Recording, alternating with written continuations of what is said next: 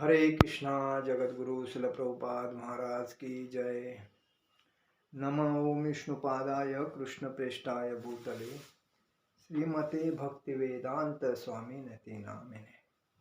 नमस्ते सारस्वते देवे गौरवाणी प्रचारणे निर्विशेष शून्यवादी पाश्चात देश तारणे। जय श्री कृष्ण चैतन्य प्रभु नित्यानंद श्री अद्वैत गदाधर शिवासादि गौर भक्तवृंद।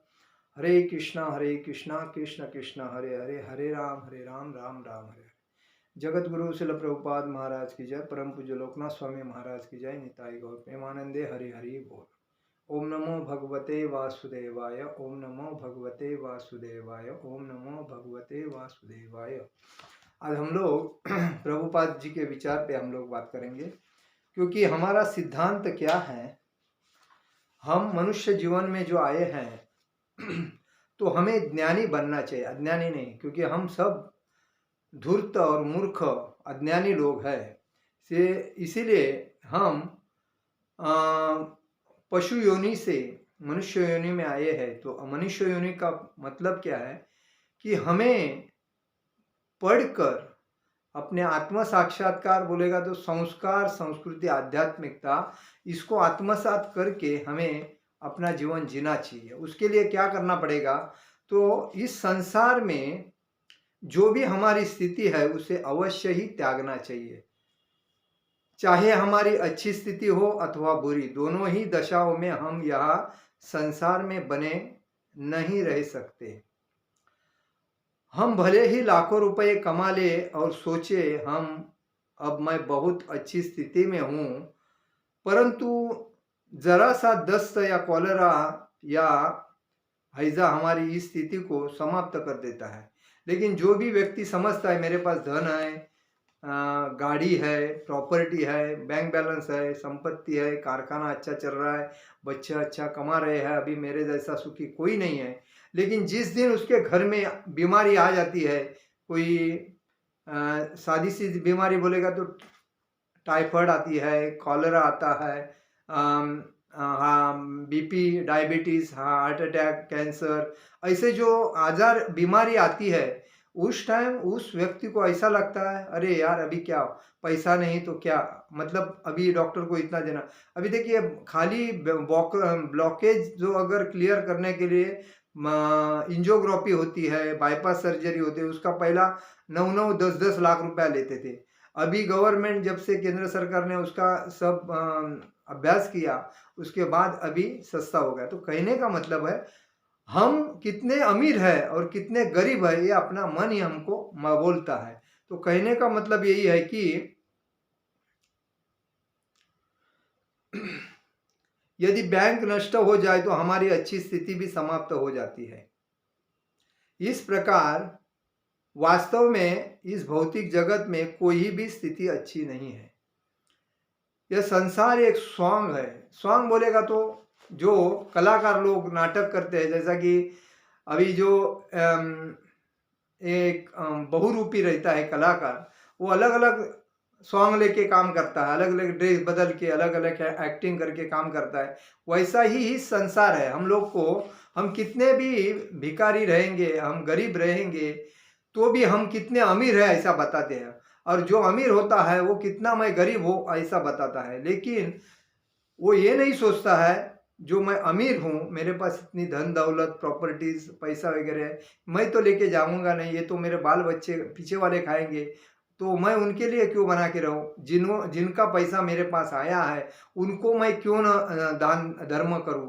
मतलब देखिए आज जिनके पास अभी जो उद्योगपति होते हैं, जो अमीर लोग, जो कलाकार जो होते हैं अमीर, बड़े बड़े पैसे लेके, मतलब एक एक पिक्चर का 3 कोटी, 10 कोटी, 20 कोटी, 50 कोटी, 100 कोटी ऐसा लेते हैं।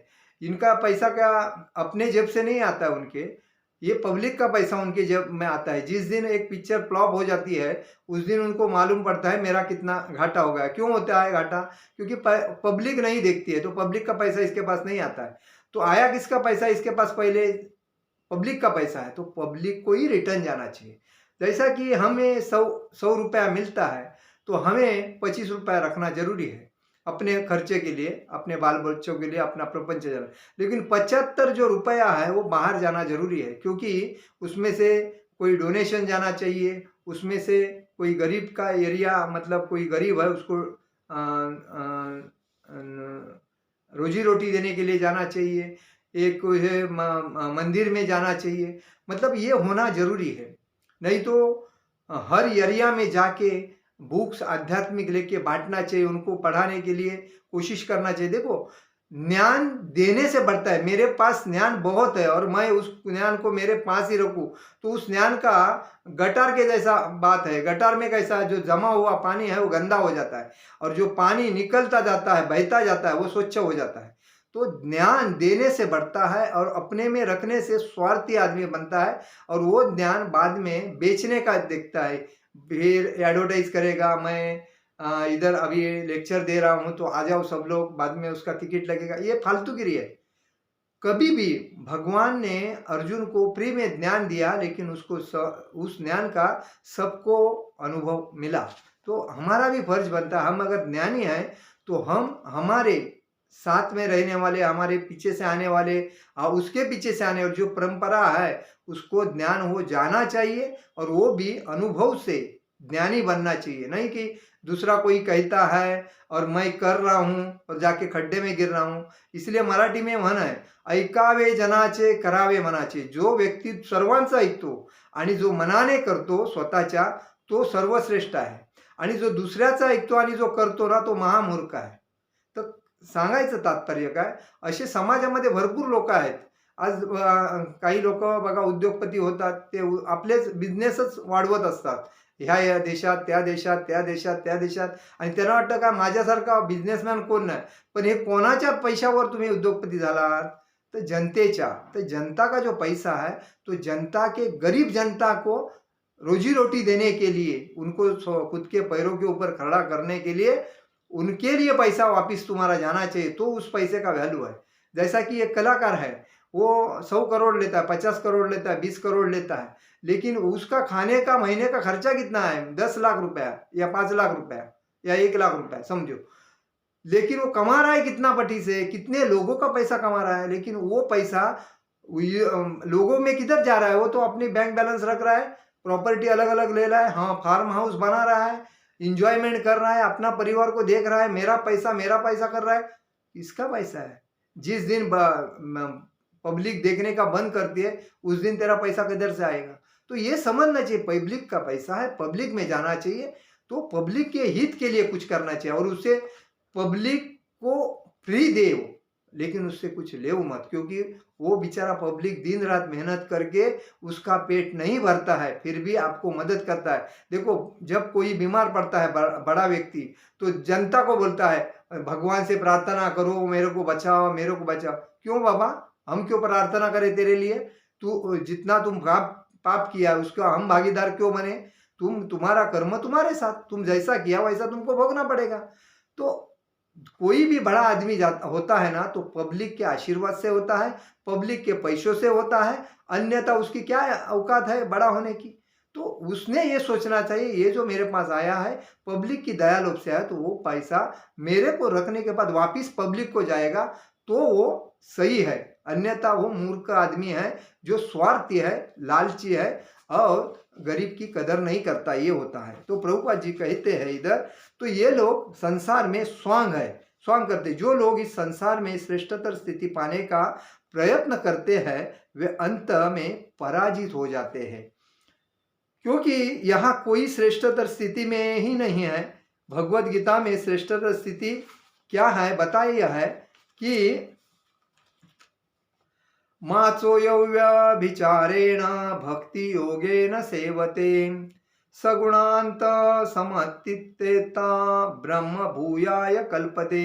म्हणजे जो मनुष्य पूर्ण रूप से अव्यभिचारिणी अनन्य भक्ति के द्वारा आध्यात्मिक कार्यकलापों में लगता है, वह अविलंब भौतिक प्रकृति के गुणों को पार करके ब्रह्मभूत स्तर प्राप्त करता है। कौन सा व्यक्ति? जो आध्यात्मिक है। मैंने पहला बोला, संस्कार, संस्कृति, आध्यात्मिकता अगर माता पिता में है तो वो बच्चों में आती है। अगर माता पिता को ही नहीं है मालूम ये क्या है, तो बच्चों उनके उलट उत्तर देने वाले होते हैं, गंदी चीज़ खाने वाले होते हैं, शराब नशाखोरी होती है, माँ बाप की कदर नहीं करते, दूसरों की कदर नहीं करते हैं, तो माँ बाप का पैसा जितना माँ बाप ने मेहनत से कमाया वो व्यर्थ उड़ाते हैं। क्योंकि आध्यात्मिकता सर्वश्रेष्ठ है, इसीलिए हर घर में हर व्यक्ति ने आध्यात्मिक ग्रंथ लेके पढ़ना चाहिए और अपने बच्चों को भी पढ़ाने को लगाना चाहिए। आज लोग मोबाइल देखने के बाद पढ़ाई भूल गए हैं, रेडीमेड देख रहे हैं इधर, क्योंकि अभी आदमी के पास पेशेंस नहीं रह गए। मतलब कोई चीज़ अगर तुरंत नहीं मिले तो आदमी गुस्सा में आता है, तो ये कली उसके सर पे बैठा ही रहता है और कुछ भी होता है तो उसको तुरंत रिएक्ट होता है। आजकल के बच्चे माँ बाप को उलट बिंदास बोल देते हैं, आदर ही नहीं करते हैं। क्यों नहीं करते हैं? क्योंकि उनके माँ बाप ने उनको संस्कार नहीं दिए। अगर जब जिस माँ बाप ने अपने बच्चों को संस्कार दिए हैं, दूसरे का आदर करो, दूसरे को उलट मत बोलो, गाली मत दो, गलत मत खाओ, मांस मच्छी मटन दारू ऐसा चीज को स्पर्श मत करो, रामायण पढ़ो, शिवाजी महाराज के बुक्स पढ़ो, श्रीमद् भागवतम पढ़ो, शिल प्रभुपाद अमृता लीलामृत पढ़ो, चैतन्य चरितामृत पढ़ो। और ऐसे जो विचार पढ़ने पढ़ने से क्या होता है? ज्ञान बढ़ता है। ज्ञान बढ़ने से क्या होता है? हम लोग एक्सपर्ट होते हैं। एक्सपर्ट होने से क्या होता है? हम किसी से डरते नहीं, क्योंकि हम समाज को हम एक दिशा दिखाने के लिए चलते हैं, क्योंकि हमारे में ज्ञान है। जो ज्ञानी अजी प्रभुपाद जी के पिताजी माताजी ने उनको बचपन से सही रास्ते से लेके संतों का साधुओं का आशीर्वाद देके उनको अच्छे अच्छे गुणधर्म उनके अंदर भराए और भरने के बाद उनको रामायण महाभारत ऐसे जो आध्यात्मिक बुक श्रीमती राधा कृष्ण के बुक्स चैतन्य चरितामृत ऐसे पढ़ाए और संतों की साधुओं की संगति लगाई, और उसी के बाद में वो आत्मसात करने लगे कि हमें क्या करना चाहिए और क्या नहीं।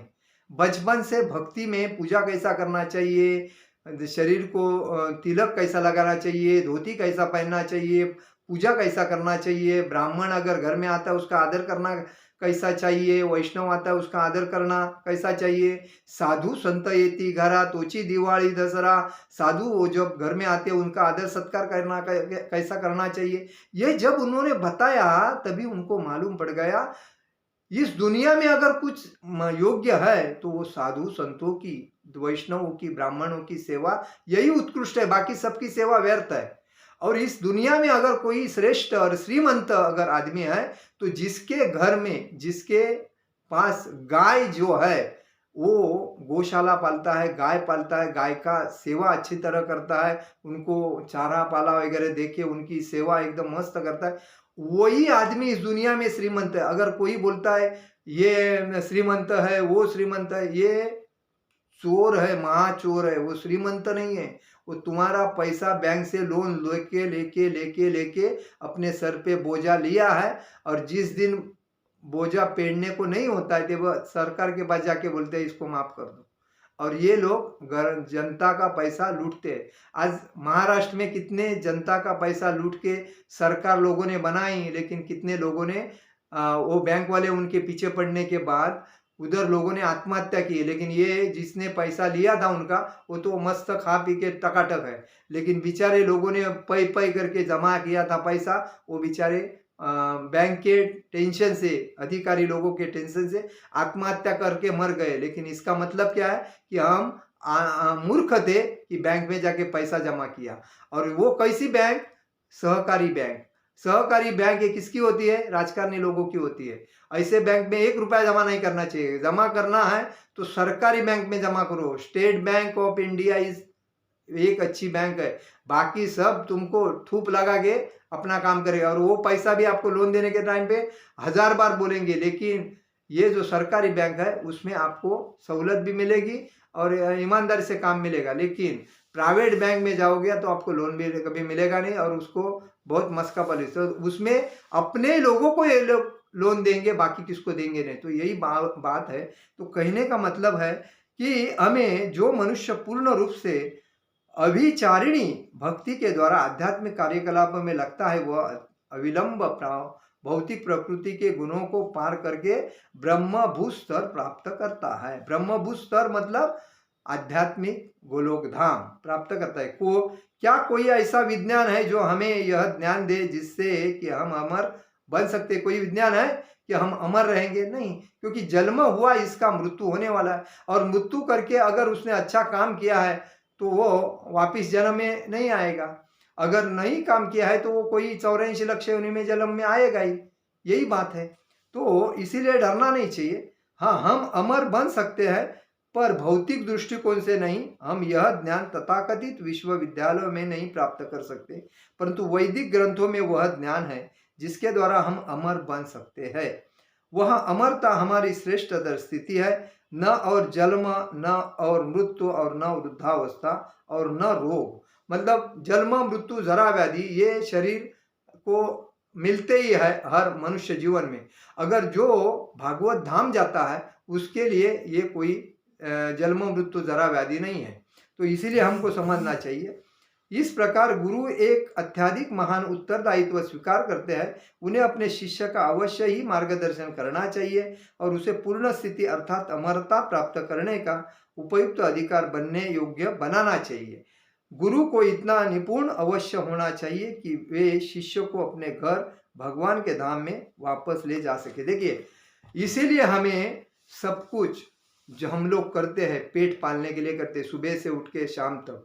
तो हमें भक्ति में आके हमें योग्य व्यक्ति कौन है जो आध्यात्म भगवान श्री कृष्ण की भक्ति करता है और शुद्ध भक्त है, जो आध्यात्मिक गुरु मेरा बन सकता है, उसको ढूंढना चाहिए। और उस गुरु से हमें सातत्य से संपर्क रखे, हमें उनसे दीक्षा लेनी चाहिए। और दीक्षा लेने के बाद हमें हरे कृष्ण महामंत्र का जप करना चाहिए। और जप करने के बाद हम आहिस्ता आहिस्ता ये मनुष्य जीवन में आएंगे। अभी तो मांस, मच्छी, मटन, दारू, बैदा, स्त्री पुरुष, परस्त्री संभोग, जुआ वगैरह जो करते हैं, ये बीड़ी, सिगारेट, पान, तंबाकू, ड्रग्स वगैरह लेते हैं, ये सब रांटी लोग हैं। इसमें मनुष्य का एक भी उसमें अंग नहीं, खाली दिखते हैं मनुष्य। तो मनुष्य जीवन में रांटी है, लेकिन वो रांटी से मनुष्य होएगा कैसा? तो ये सबको छोड़ेगा और उसके बाद दाल, राइस, चपाती, सब्जी, ये जो दूध युक्त पदार्थ खाएगा, उसके बाद भगवान का नाम स्मरण करेगा, भगवान के बुक्स पढ़ेगा, तभी वो मनुष्य होएगा। और मनुष्य होने के बाद वो गुरु को मिलेगा। तो गुरु को मिलने के बाद उसको गुरु जब बताएगा कि मनुष्य जीवन का सिद्धांत क्या है, उसके बाद वो सही रास्ते पे चलेगा। इसीलिए उस रास्ते को ढूंढने के लिए हमें गुरु पकड़ना जरूरी है। हरे कृष्णा कृष्ण कृष्ण हरे हरे, हरे राम राम राम हरे हरे। जगत गुरु शिल प्रभुपाद महाराज की जय। परम पूज्य लोकनाथ स्वामी महाराज की जय। निताई गौर प्रेमानंदे। हरि हरि बोल।